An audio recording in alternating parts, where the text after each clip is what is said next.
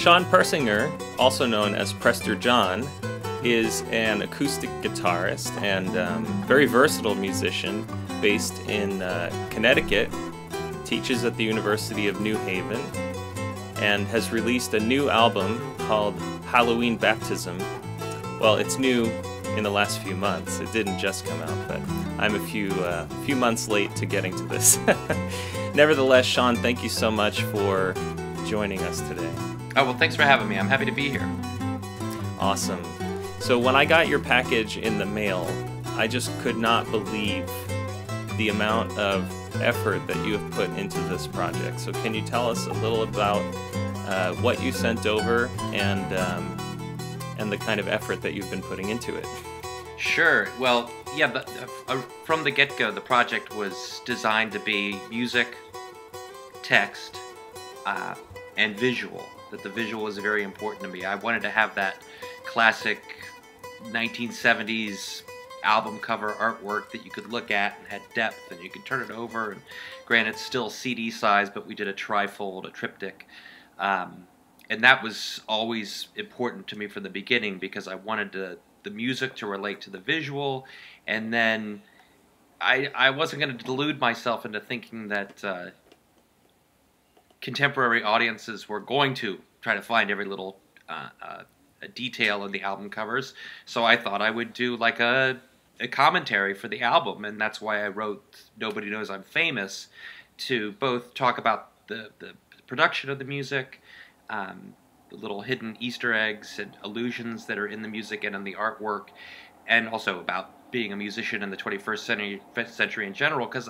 that was another thing that I found, is that the circles I run in, and you probably come across this too, it happened a lot at the NAMM show, having these discussions with your peers that you never really feel people talk about in print or in interviews, about basically the hustle of always trying to get a new gig or trying to get a new writing job or trying to get a new performance opportunity. And that aspect of being a professional musician, I think, is not, it seems like it's not being discussed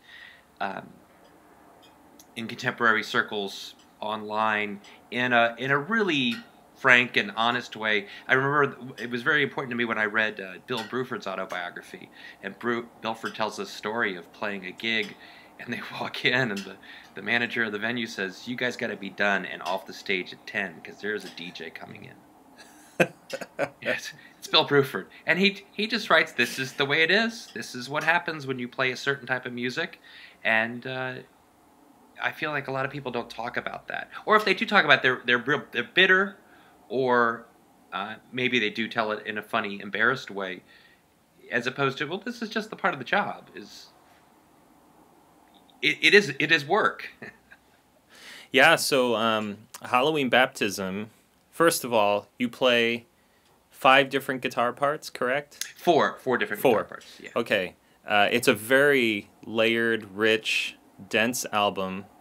I've heard influences from Fred Frith and Henry Kaiser and Frank Zappa, and just so many different influences. There's jazz, there's kind of quirky, humorous kind of music. It's all over the board. And you've released all of the music in this notation book, which is really awesome. Yeah, that was another.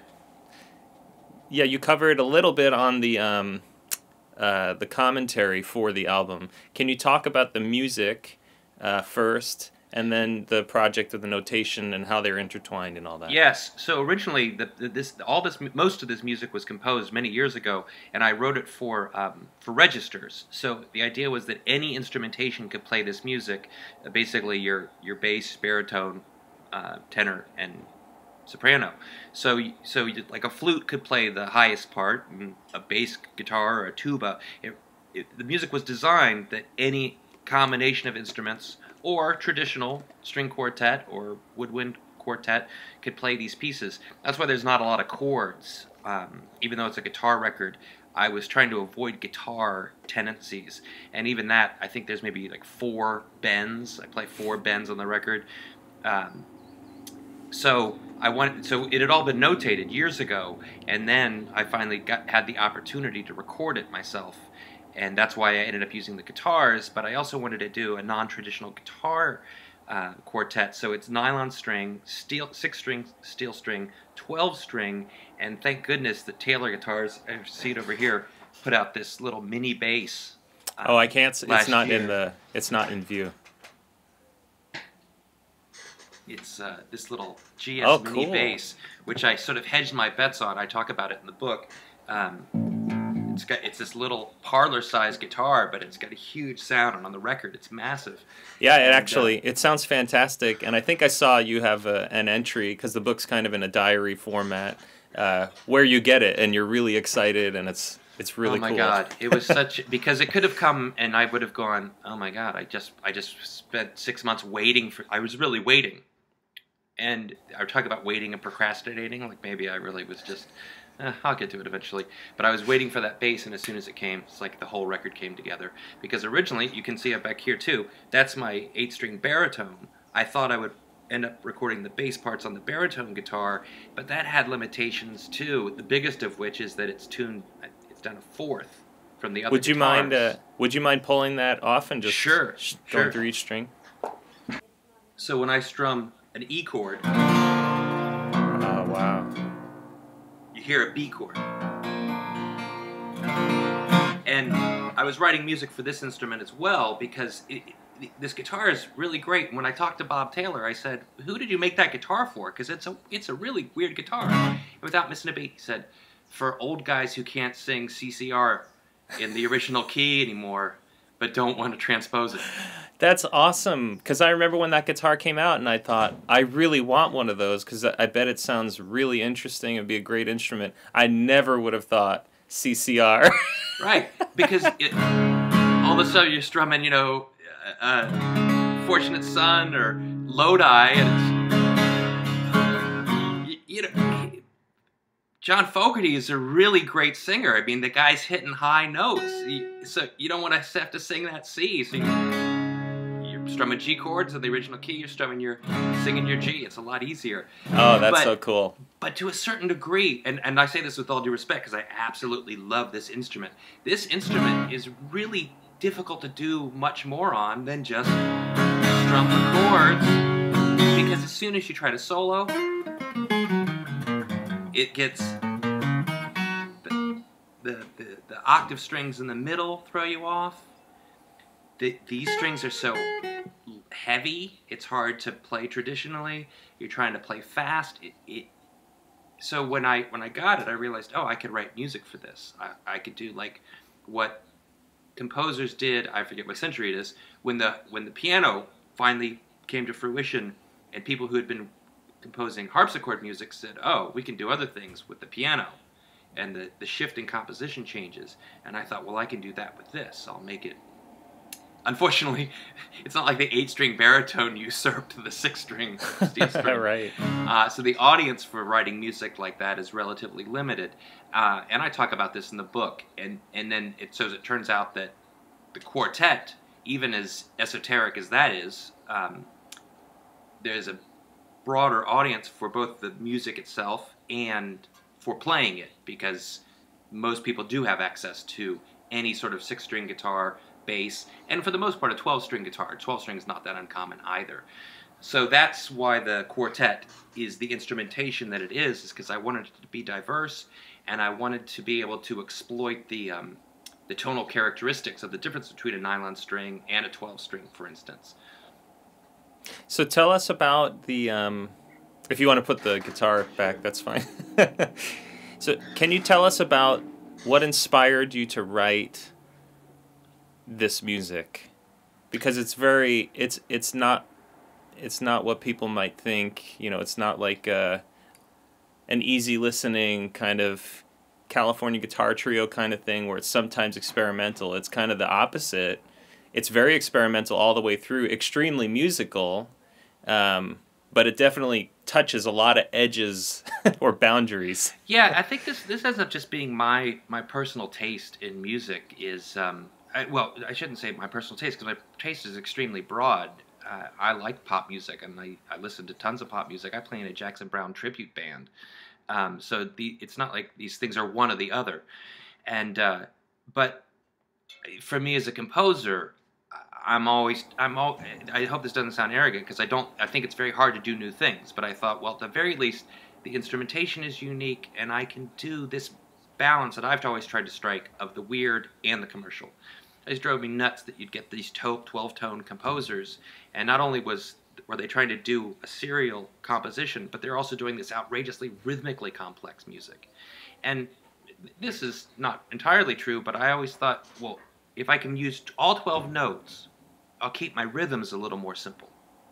And if I'm going to do really complex rhythmic music, I'll keep the melodies pretty simple. So, like number 8 on the album, not that it's outrageously complex, but it's all in the key, and I think number 10 as well.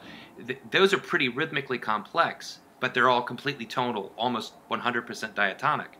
And then a piece like number 7 on the album is outrageously rhythmically complex. Probably the hardest thing I've ever had to record. It's really tough, and it's short. It's only 2 pages of music. I think it's like, I don't know, 38 seconds long, but it's really, really tough. But it's all completely diatonic. So, I'm kind of directing myself.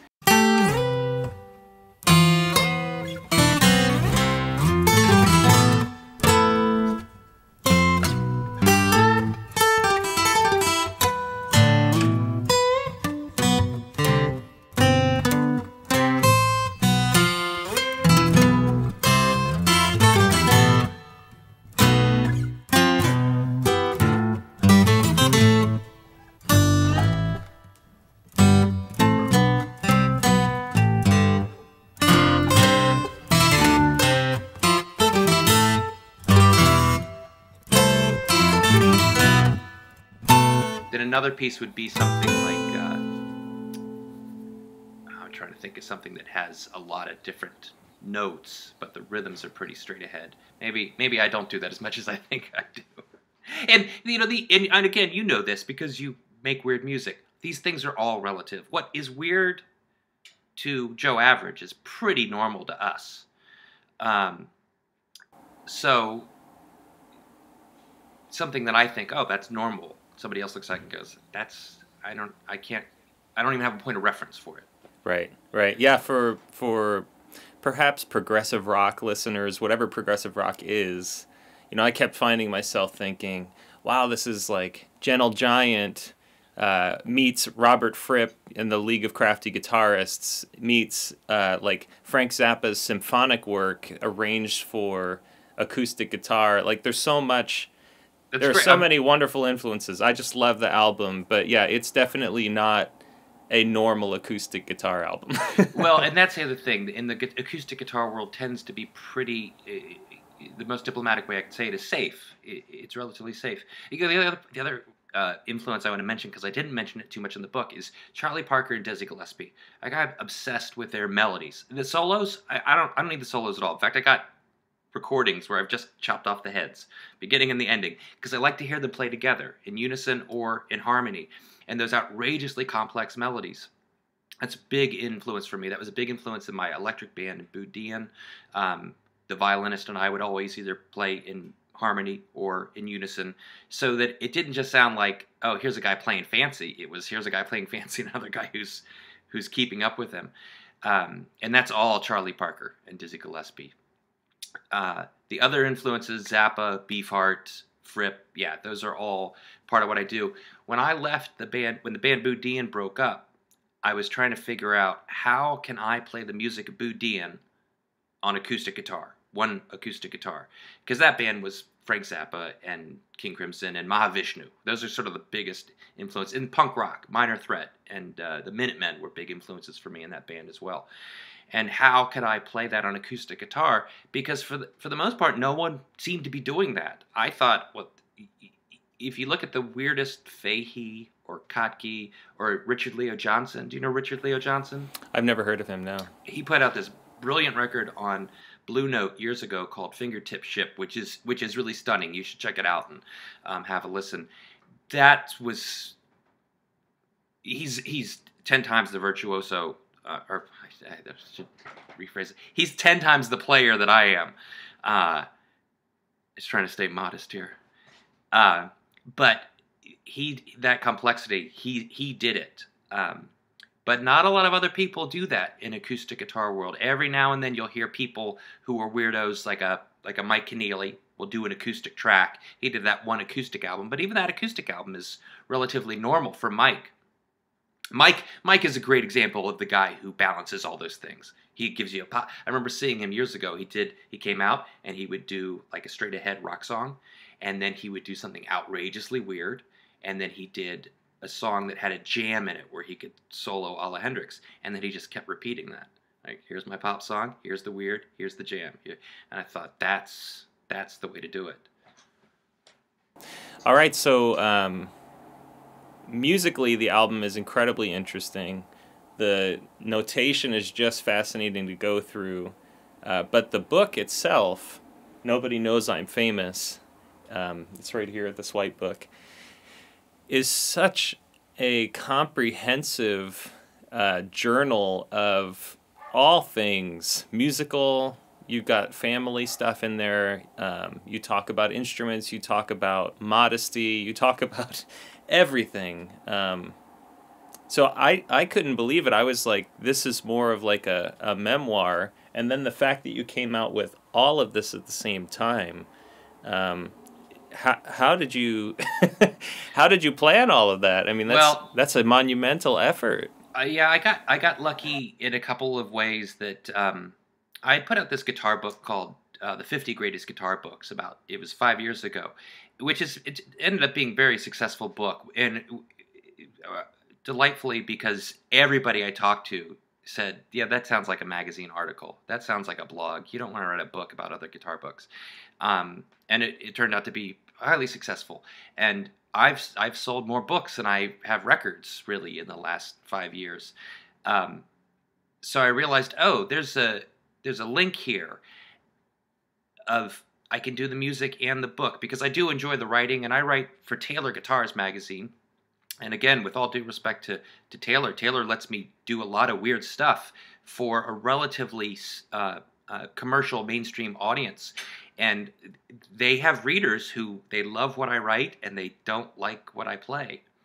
And I thought, well, wouldn't it be interesting if I could write to them so that they could have an entree into the weirder music? Because I have no illusions that what I do is weird and not necessarily accessible to your average listener.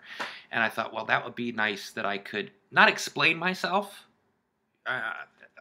but let people know. And I don't know if this is true for you. I think there are a lot of weird guitar players, weird musicians. Like, they have no interest in the mainstream. They're willfully antagonistic towards them. Well, when we met at NAMM right after you had hung out with Henry Kaiser, who is like the exact the epitome of what you're talking about. Yeah, to a certain degree. Though Henry embraces, I mean, he's a huge Grateful Dead fan. He embraces everything, but he's not known for that. Right. He's not interested in selling records to a mainstream audience. A mainstream audience does not fall into his purview. Is that the right word? And there's a couple other. I remember John Zorn years ago reading an interview with him. Like, he would hang up flyers after the show. Like, that's so punk. And I love that. But it's not who I am. I don't find myself angry and resentful in my personal life. But as a professional, as a musician, I really do want to reach a wider audience and maybe expose people to things. There's a lot of music, aggressive, weird music, that I understand why people don't like it. Yeah. Not everybody has to like Magma. It's an acquired taste. But if I could figure out a way, without compromise to my music, to invite a broader audience to come investigate some of this weird music. Again, Frank Zappa is a perfect example. You pick up the wrong Frank Zappa record when you're 20, you're never going to listen to another Frank Zappa record, which is a pity, because you could listen to 20 different records and not hear the same music. Right. And I love there's an entry in the book about, like, how much art should an artist make. Yeah. And you specifically talk about Frank Zappa and the variety of output. So can you go a little further into that? Yeah. So for me, what Frank's 62 albums is 58 or 62. Actually, I think in his lifetime. In his lifetime, yeah. Since there's been like 30 something come out. Well, I think the new album they put out was his 100th last year. Okay. Yeah, I can't remember what it's called. And I've listened to almost all of them. I haven't bought all of them. I'd borrow them from friends. I'd listen online, that sort of thing. And I kept finding, I would get frustrated. I thought, well, how come Shake Your Booty doesn't sound like Roxy and Elsewhere? How come Them and Us doesn't sound like Roxy and Elsewhere? Yeah. How come Absolutely Free isn't as good? I'm sorry, sorry, I got it backwards. Absolutely Free is one of my favorites. How come We're Only in It for the Money isn't as good as Absolutely Free, even though it seems to be the same ideas and environment? Uncle Meat and Hot Rats. Yeah, I cannot. Uncle Meat is unlistenable to me. I don't want to listen to that record ever. But Absolutely Free, I think, is one of the top 10 greatest albums ever made and completely changes rock and roll forever. You know, there's these legends. The people always talk about when the Beatles are making Sgt. Pepper, they say, Sgt. Pepper is our pet sounds. Well, supposedly, more frequently, McCartney said, Sgt. Pepper is our freak out. But that doesn't get as reported as much. Right. So those records are really important to me. And I, as I say in the book, you don't have to like everything an artist does. You don't even have to like the artist as a person. They do X, Y, Z in their career, and you gravitate towards that, and it's completely valid for them being a fantastic artist, whether they do a higher percentage of work that you're not interested in.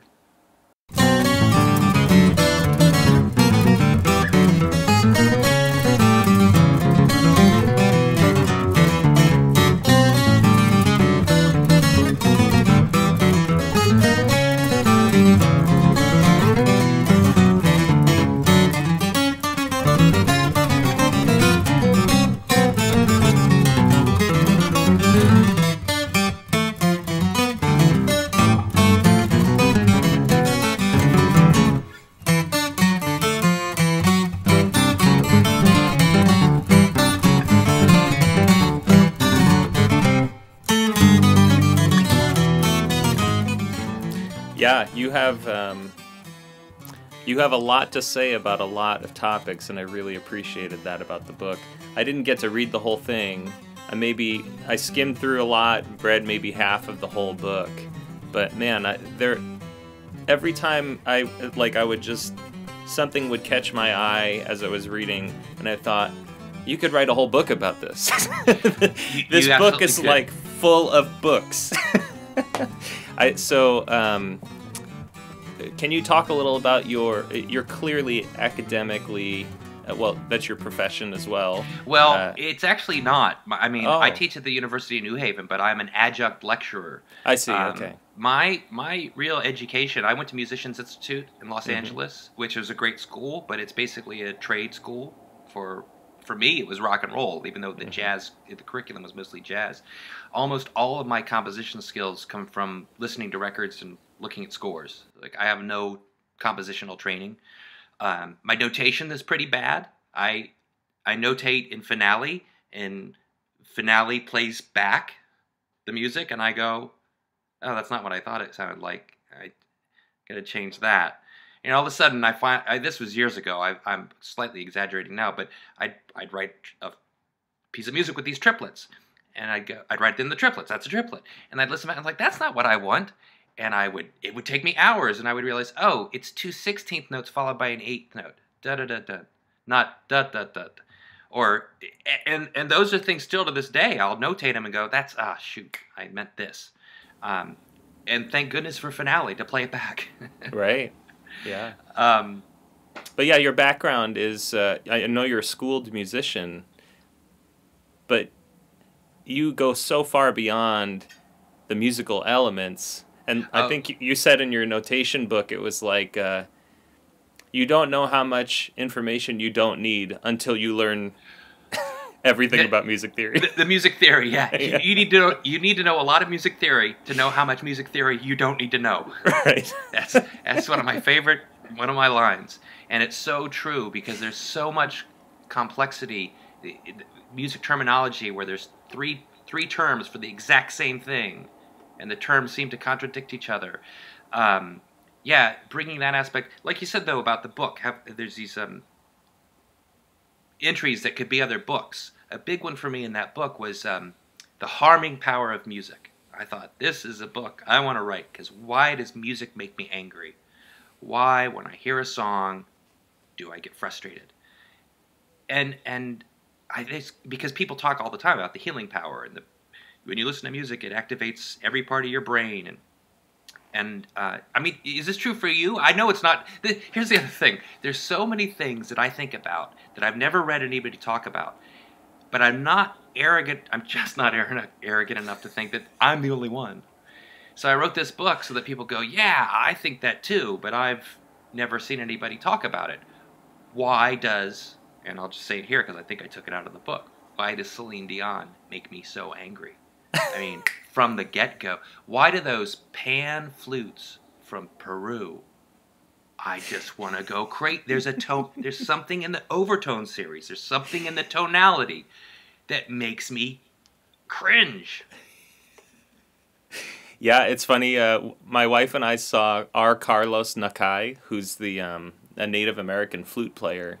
Okay. And there were times where I thought, oh, this is really beautiful. And then other times I thought, this is the cheesiest music I've ever heard. Like, what is it about the Native American flute that can either be really peaceful or extremely cheesy, you know? Right. And it's not like I've listened to a lot of it. There was, back in the 1980s, right, there was the pan flute master, I forget who, Sam Fear, right? Yeah. There was those commercials. And I remember busking in Europe years ago. I had this great busking spot, and my battery ran out of power. I had to run down the street. I was in Denmark. I had to run down the street, buy a new battery. And when I come back, these Peruvians in their traditional dress had taken my spot. I was so angry. But I'm not angry because of that. Yeah. Because they took my spot. It was the music itself was really frustrating me, and so I thought, there's somebody must have done this. So I tried to get in touch with the guy who wrote Your Brain on Music. Oh yeah. And he Elliot Sachs. Not Sachs, because he's passed away. Yeah. He's from Montreal, but it specifically says on his website, don't contact me about XYZ interviews. He's a busy guy. I totally get it. So I contacted another person who I thought might know somebody, and I ended up talking to this Robert Satori, who's a neuroscientist, I think, at McGill University. And he was great because he took time to talk to me, and I said, how come music makes me angry? He said, it's a great question. No one's ever done a study on it. People, I guess, don't want to know those sorts of things. There's not funding to make people angry in an MRI machine by playing them either Celine Dion or Metallica, whoever you don't happen to like. And he said, what you could do, you can put somebody in an MRI, play them a type of music, and see them irritated. You can actually see them irritated in their brain. But we don't know why that's irritating them. So, have you come to any personal conclusions, perhaps about Celine Dion? There's this part of me thinks it's tonality, like it's timbre and tonality, and it's like Latin music. I remember I grew up in D.C. We had outside of D.C., Washington D.C., and you'd have these Latin radio stations, especially on the Sunday morning or Saturday, and I always drove me nuts. Couldn't stand that music, and I'd turn it off. And I was playing a gig years late. We were playing upstairs, and a Latin band was downstairs, and they were amazing. It was like, oh my God, this is the real deal. And I realized Latin music doesn't translate to a vinyl record. It doesn't translate to coming out of a little speaker in your car. You have to be in the room to hear everything working together. And I think this is true of a lot of music that's old, right? That you go to see a big band for the first time. It's very different than when you hear it on a record. And I think there's something that squashes sounds and overtones so that when you have them in one context, they don't work in another context. And I think maybe I'm actually literally being irritated by the sound of the way the frequencies and the overtones. Again, I've never studied this. I wouldn't know how you would begin to study that. If somebody out there does, I'd be happy to get an MRI and you could play those songs. I can tell you exactly what songs and artists bug me.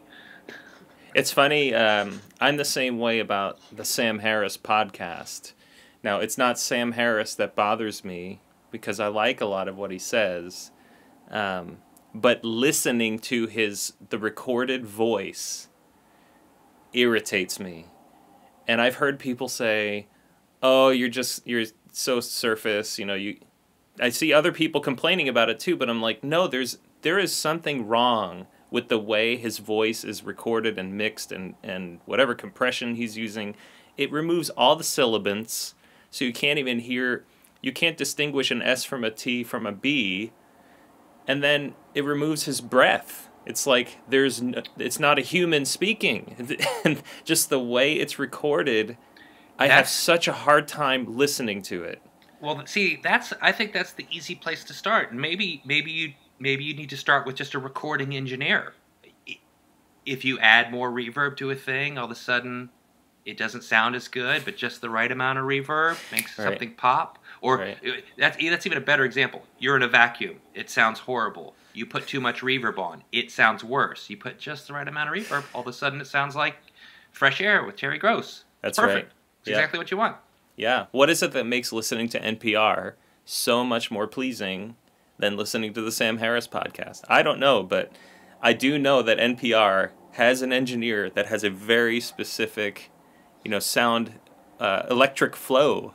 Like, everything is intentional. The microphone, the compression, everything, to get that sound. Yeah, intentional to a point. I'll tell you what, there used to, I think the station's still out there in L.A., KXLU. That was the radio station. Loved this station. The early 90s, played a lot of punk rock, a lot of really weird stuff. I could just call up and say, hey, would you play XYZ? And 2 songs later, it would be on the radio. And this is funny because it was just when Smells Like Teen Spirit had come out. It might not even have been out yet. It was about to be released. And it was getting played on the big radio stations and WKXLU. And I literally called up and said, you got to play that new Nirvana song. And the DJ came on and said, yeah, this song's getting played on the bigger stations too. And I have a cassette of Smells Like Teen Spirit played on WKXLU, and it never sounded better. It is the best, and it's because the compressor or something, the antenna, the signal that came out of KXLU onto my boombox is the greatest sound ever.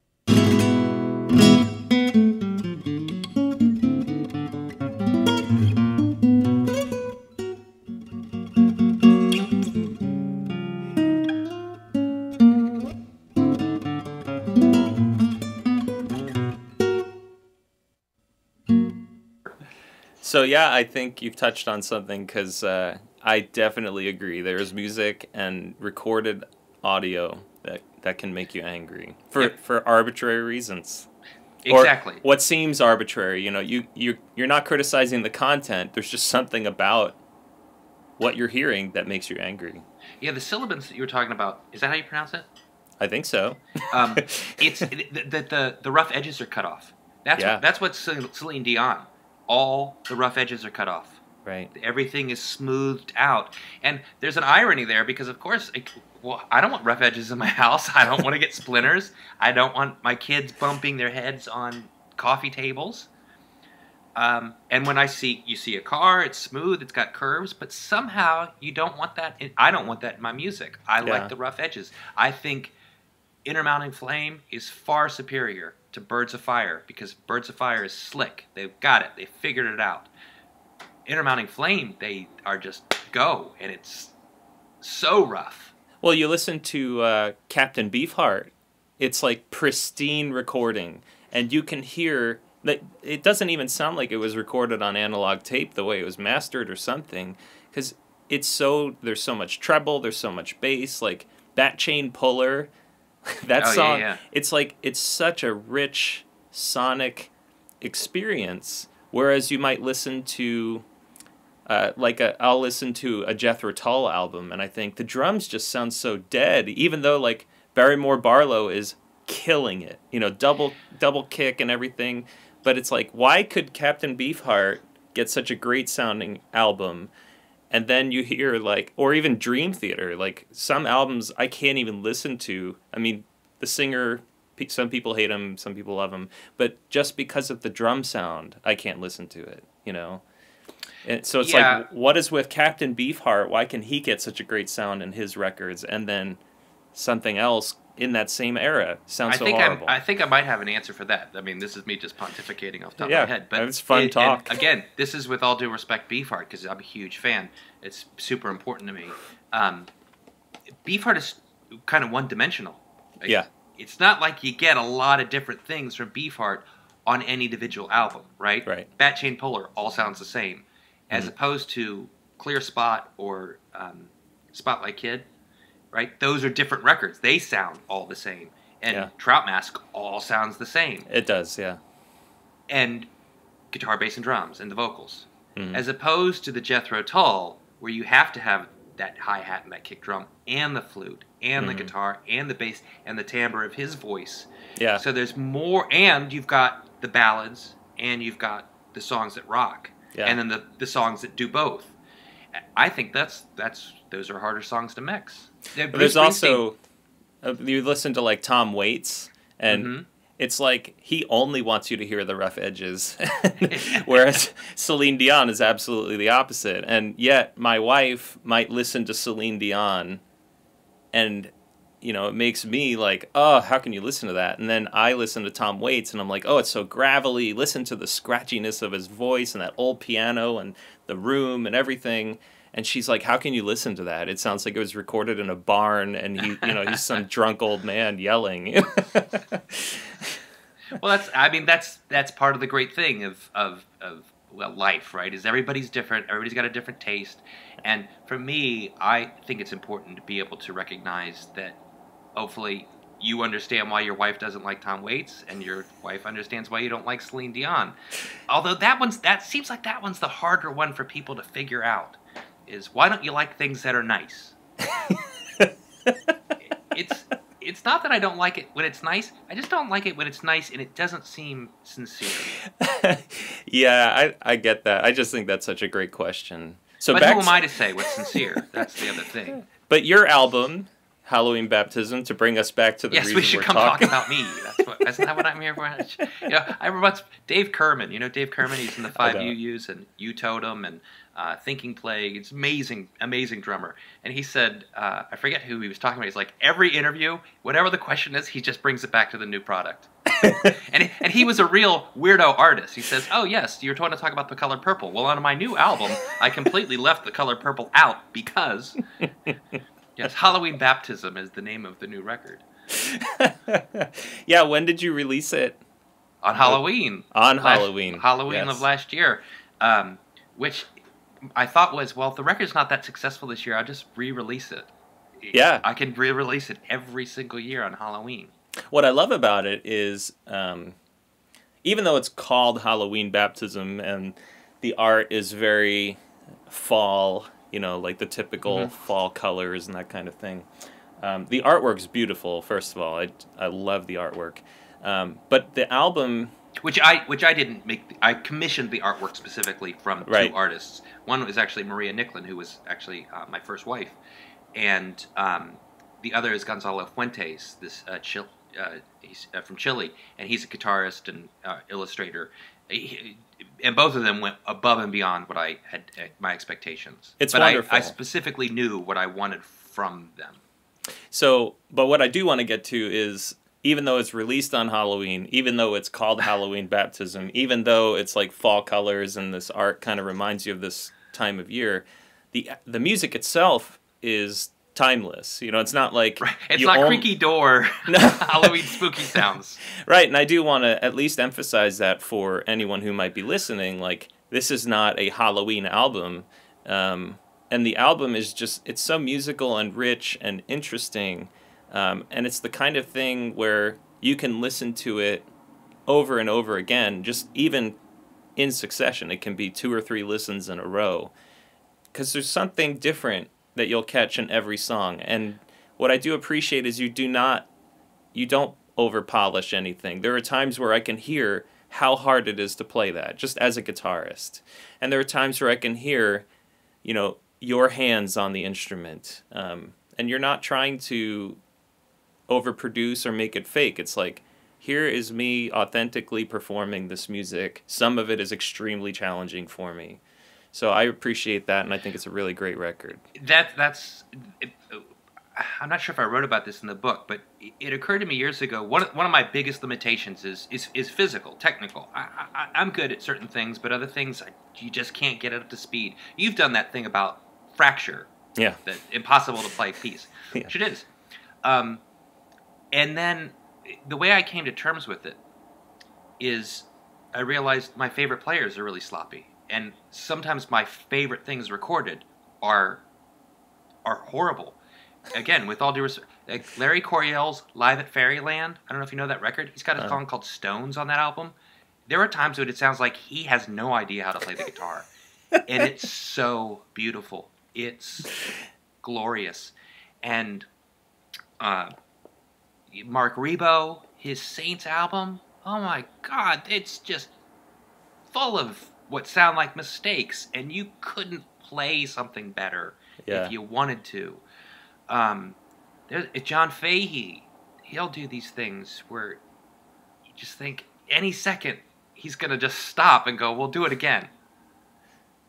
And it does for me. I love that.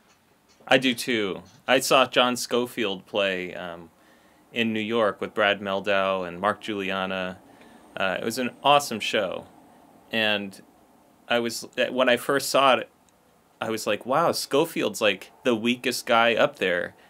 And then into the show, I'm like, no, this is his thing. This is how he plays. And I began to appreciate it differently. Like, he's got that kind of messy thing going on, and that's cool, you know? I'm a huge fan of The Mess. Huge fan. Yeah, The Mess is great. Yeah. And I like technical guys too. Right. Leo Kottke, The Complete Idol, Robert Fripp. I love Tommy all that Emmanuel. stuff. Yeah, I appreciate Tommy, for the technique and the skill, and Tony Rice. Tony Rice, huge Tony Rice fan. Tony Rice is a bluegrass guitar player, one of the most underrated guitar players. In bluegrass circles, everybody knows that Tony Rice is basically the greatest bluegrass guitar player of all time.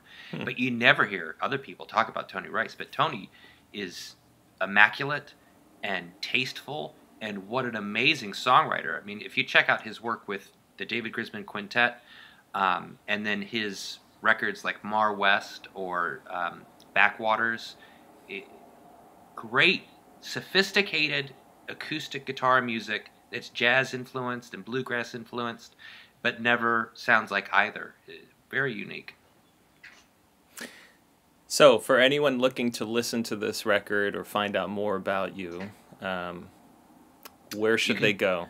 You can go to PresterJohnMusic.com, and if you want the Halloween stuff, you can specifically / I think it's just Halloween.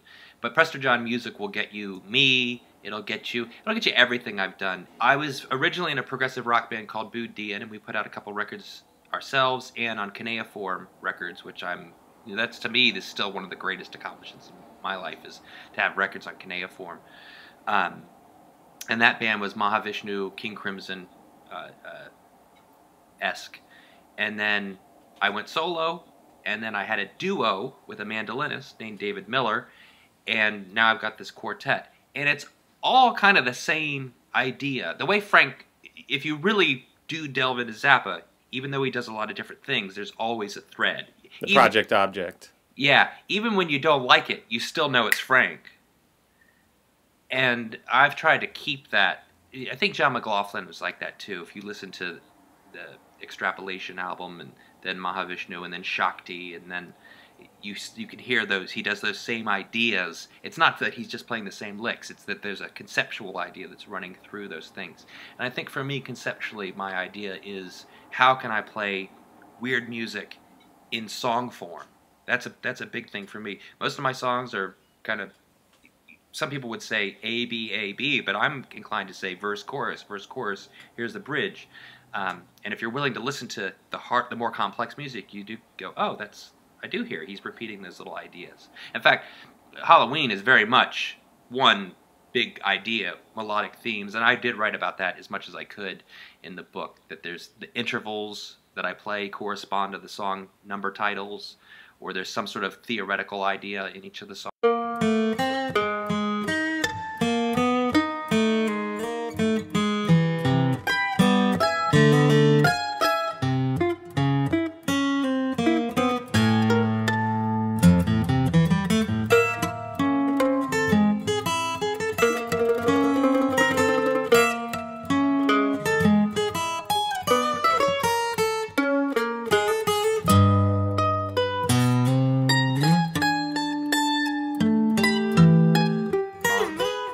Yeah, I'm reminded of a couple questions I wanted to ask. So tell us about, there's a lot of kind of scientific influence and mathematic influence in the album or the song titles. Can you go into Yeah, that? so I had a friend who told me, he said, well, I really love the record, and then I read the song titles.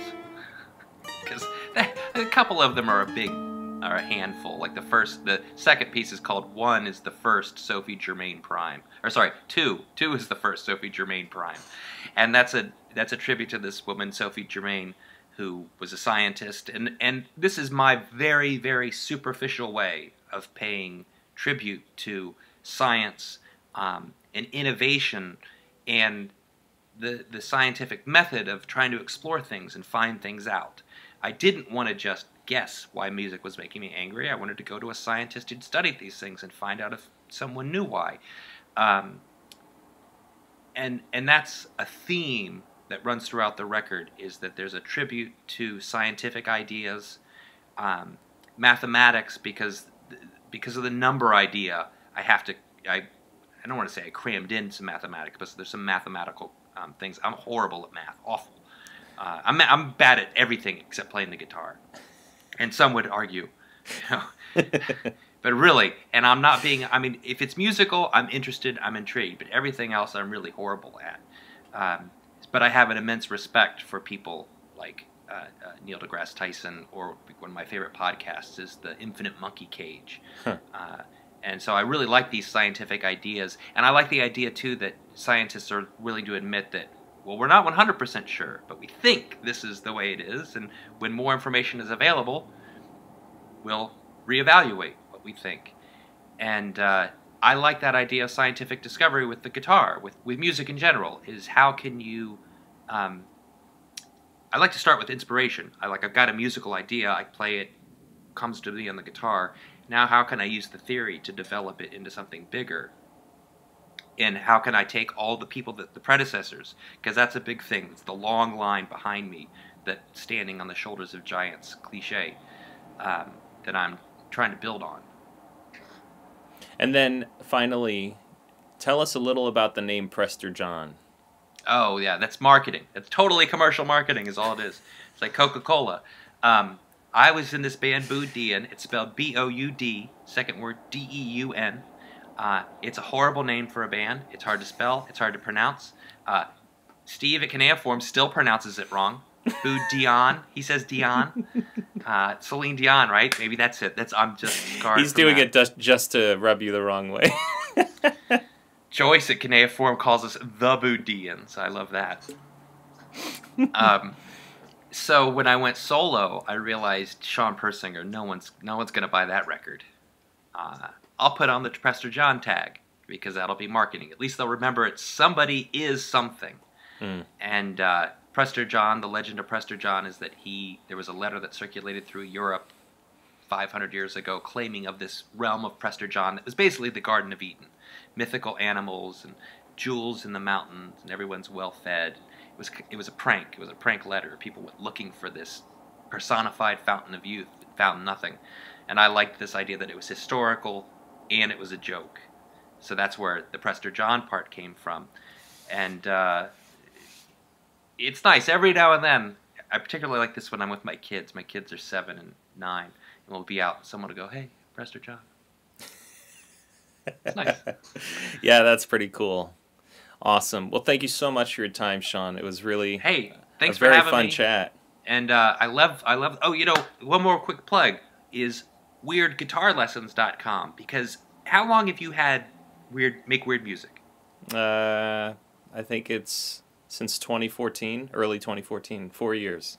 Okay, so you and we started almost parallel. I'll have to go and look. Like, we both had the same idea at the same time. You were going to promote weird music in your way, and I was going to do weird guitar lessons. That's awesome.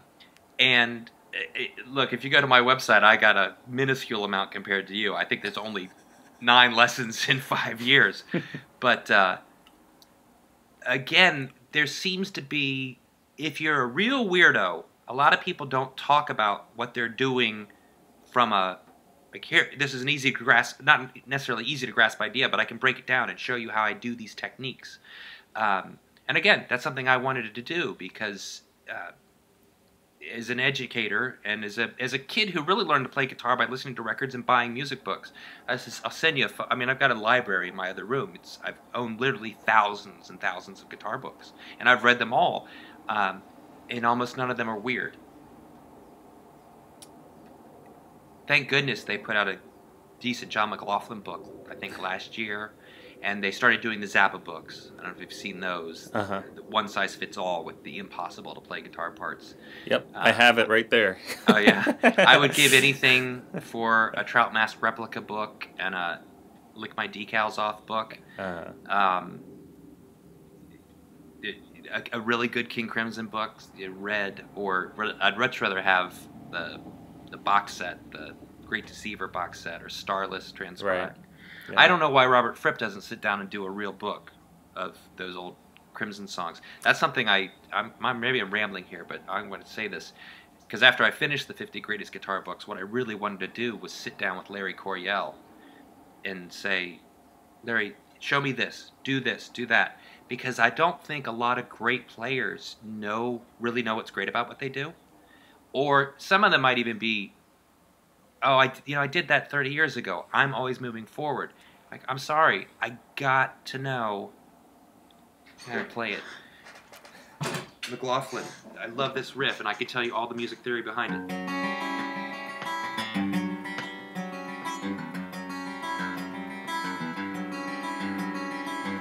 Hey, that's a life-changing piece of music, that first song, right, on that first Mahavishnu record. And I want to sit down with John McLaughlin and say, let's have a really long conversation that I can turn into a really small book, because we're going to have to talk about 100 things to get the 2 that are the essence of what you do. That's and right. If I could sit down with McLaughlin, or if I could have sat down with Zappa or Larry Coryell, I mean, Larry's one of my all-time favorites and did so much great stuff. There's a few other of those key players that you want to sit down and really digest what they do and be able to talk about it as peers. Like, you can't go in there as a fan, like, right, oh, I love what you do, and isn't this cool, and weren't you good? And you can really say, I don't want to talk about this thing that you want to talk about. Right. I've got an agenda that I think I and lots of other people want to know about. And can we do that in a way that's going to be helpful to other people who are sort of at how many blues guitar books do I need? Not many, but I could use those other books I'm talking about.